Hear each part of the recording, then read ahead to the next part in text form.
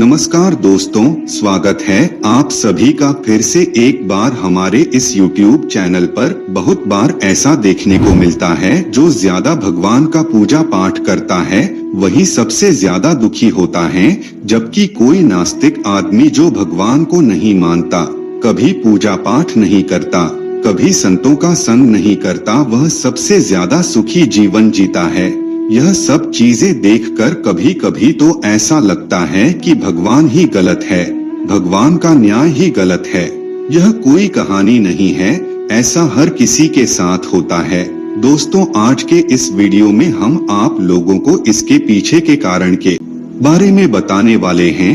भगवान श्री कृष्ण ने स्वयं इसका उत्तर दिया है। आखिरी ज्यादा पूजा पाठ करने वाले लोग दुखी और परेशान क्यों रहते हैं? इसका उत्तर भगवान श्री कृष्ण ने श्रीमद्भागवत गीता के माध्यम से बड़ी स्पष्टता के साथ बताया है। तो चलिए फिर शुरुआत करते हैं, लेकिन उससे पहले आप सभी दर्शकों से एक छोटा सा निवेदन करना चाहेंगे।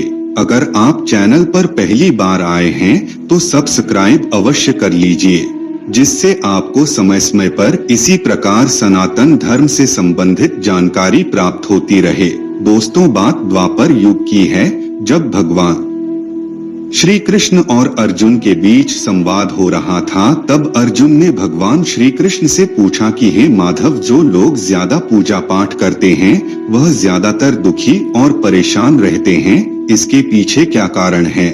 जबकि जो लोग भगवान का नाम भी नहीं लेते, भगवान का स्मरण बिल्कुल भी नहीं करते और हमेशा गलत कार्य में लिप्त रहते हैं, उन लोगों को मैं सुखी देखता हूँ। इसके पीछे का रहस्य मुझे समझाने का प्रयास करें। तब भगवान श्री कृष्ण ने एक छोटी सी कहानी के माध्यम से अर्जुन को इसका उत्तर दिया। आइए जानते हैं उस छोटी सी कहानी के बारे में। दोस्त, तो एक गुरु के दो चेले थे, दोनों ही पढ़े लिखे विद्वान थे। दोनों में फर्क सिर्फ इतना था, एक भगवान को मानने वाला था और दूसरा भगवान को न मानने वाला नास्तिक था। एक ऐसा था जहाँ पर भगवान की कथा होती थी, जहाँ सत्संग होता था, जहाँ भजन होता, वहाँ दौड़ के चला जाता और भगवान की पूजा पाठ करने लगता। दूसरा शिष्य इन सब चीजों से काफी दूर था। वह शराब पान भी करता था, वेश्याओं के साथ गमन करता था। सारी बुरी आदतें दूसरे शिष्य में थी। एक दिन क्या हुआ, एक शिष्य शराब पीकर अनाप शनाप बोलते हुए रास्ते में पैदल चलते हुए अपने घर को जा रहा था। अचानक उसको रास्ते में पैसों से भरा एक बैग मिल जाता है। उसकी खुशी का ठिकाना नहीं रहता। वह जोर जोर से चिल्लाते हुए सबको बताता, मुझे आज पैसों से भरी बैग की थैली मिल गई, मेरा जीवन सफल हो गया। इन पैसों से अपने जीवन की आवश्यकताओं की पूर्ति करूंगा। वही दूसरा मित्र मंदिर से भजन करते हुए अपने घर को जा रहा था। अचानक उसकी पैर में एक बड़ी कील चुभ जाती है, रक्त निकलने लगता है। ठीक उसी समय दूसरा शिष्य भी वही पहुंचता है और हंसते हुए उसको बोलने लगता है, क्यों, तुम ही हो ना जो सबसे ज्यादा पूजा पाठ करते हो, भगवान का भजन करते हो, क्या दिया तुम्हारे भगवान ने तुम्हें? मुझे देखो, मैं कभी मंदिर नहीं गया और ना ही मैंने कोई भी काम अच्छा नहीं किया। मेरे घर में भगवान का मंदिर भी नहीं है।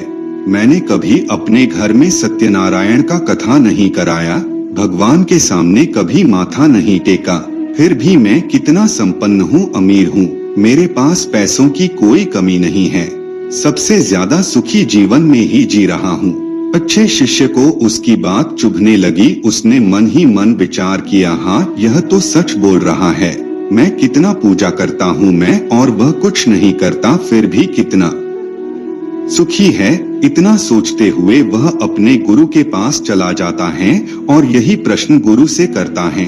गुरुजी मुस्कुराते हुए बोले, भगवान जो करते हैं अच्छे के लिए ही करते हैं। जिसकी जैसी योग्यता होती है उसको उसी के अनुसार फल देते हैं।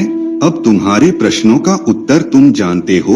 भगवान ने तुम्हारे पैर में कील क्यों चुभाई और उसको पैसों से भरी हुई बैग क्यों मिली? सुनो, तुमने पिछले जन्म में बहुत पाप किया था, इसलिए तुम्हारी आज मौत होने वाली थी। तुम बच गए क्योंकि तुम मंदिर गए थे, तुमने भगवान की पूजा की थी। यही एक कारण है कि तुम्हारी मौत न होकर सिर्फ एक कील चुभी। अब तुम्हारे मित्र की बात करते हैं। पूर्व जन्म में वो एक संत महापुरुष था, इसलिए उसकी आज किस्मत बदलने वाली थी। करोड़ों के संपत्ति का मालिक बनने वाला था, मगर इस जन्म में उसने कोई भी अच्छा काम नहीं किया, इसलिए पूर्व जन्म के फल के अनुसार उसको थोड़े पैसे ही मिले, जबकि वो अरबों के संपत्ति का मालिक बनने वाला था। भगवान को दोष देना छोड़ दो, अपने वर्तमान के समय का सदुपयोग करो, भविष्य अपने आप सुधर जाएगा। इस प्रकार उसी से की आंखें खुल गई और वह फिर से अपने पूजा पाठ में लग गया। तो दोस्तों, आज के लिए बस इतना ही। हमें उम्मीद है जानकारी आपको पसंद आई होगी।